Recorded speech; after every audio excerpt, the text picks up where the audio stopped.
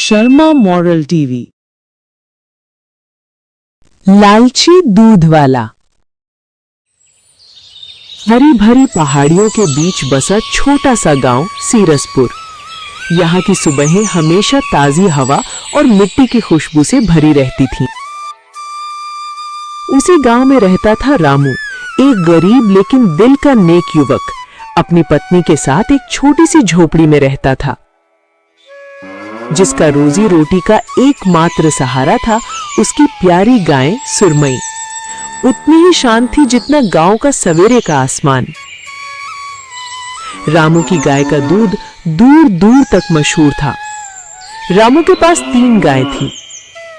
गांव में एक ही व्यक्ति था जो रोज गांव वालों को दूध देता था। रामू रोज सुबह सुबह उठकर गांव के किनारे बने अपने छोटे से गौशाले से दूध निकालकर घर घर पहुंचाता था।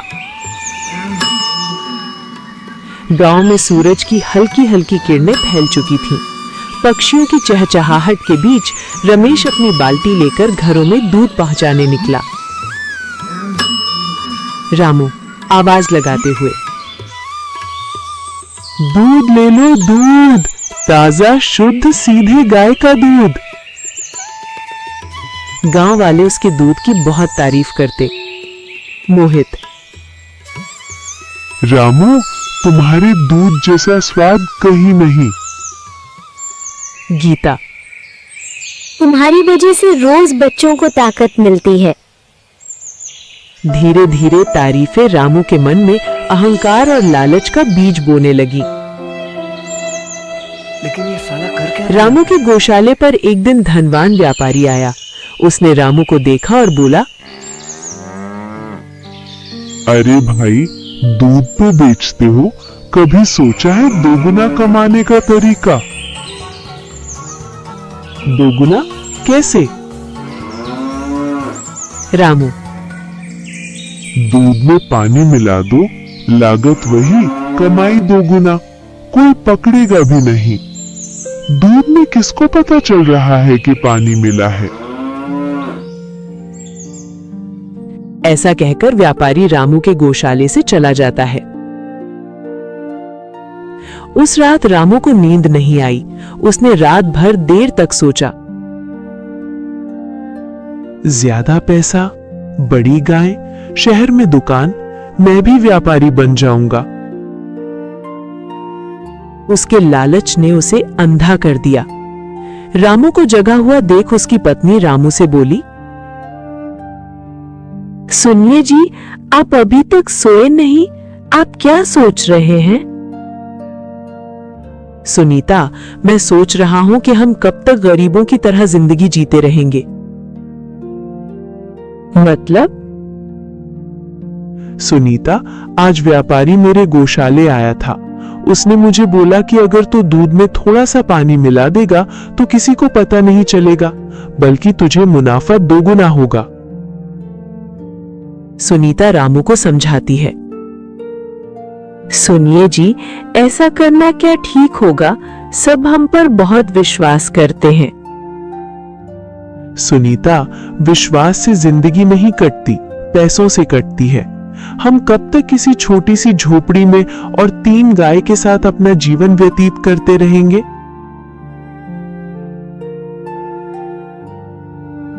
अगले दिन उसने बाल्टी में पानी मिलाया। शुरुआत में थोड़ा सा। रामू धीरे से पानी डालते हुए, बस थोड़ा, किसी को पता नहीं चलेगा। पहला ग्राहक मोहन आया। मोहन, रामू, दूध थोड़ा पतला सा है आज। रामू हंसते हुए झूठ, अरे मोहन भलिया, गाय को नया चारा मिला है, दूध हल्का पर ताकत वही।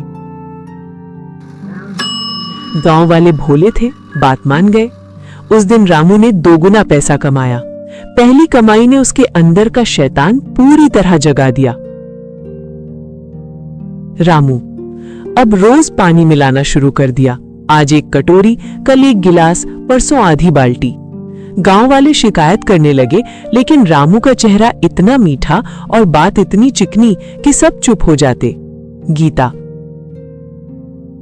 रामू जी, दूध पहले जैसा नहीं।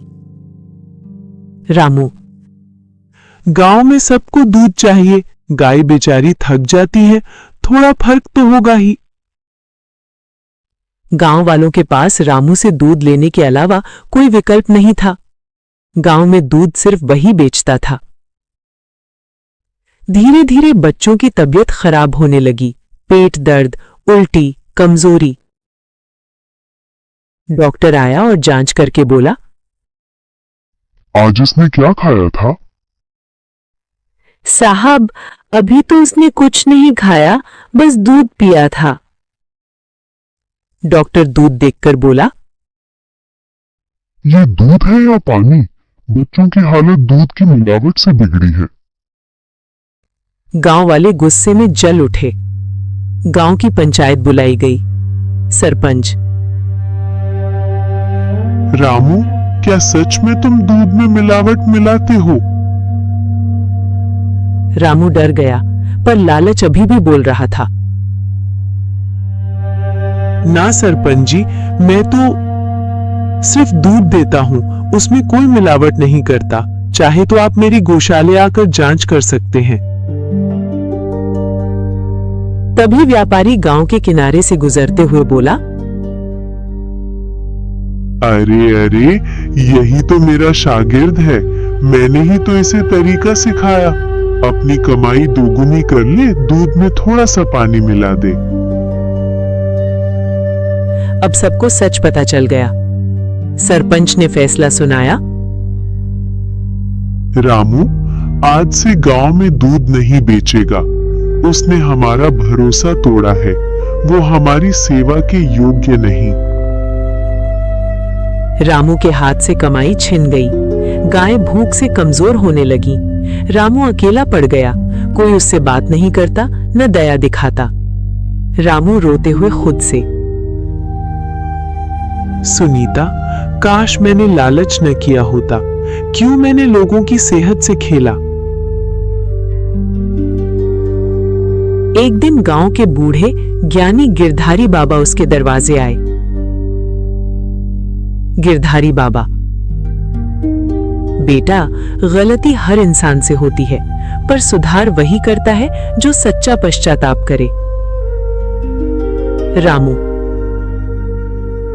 बाबा, मैंने बुरा किया, पर अब क्या? अब कुछ नहीं हो सकता।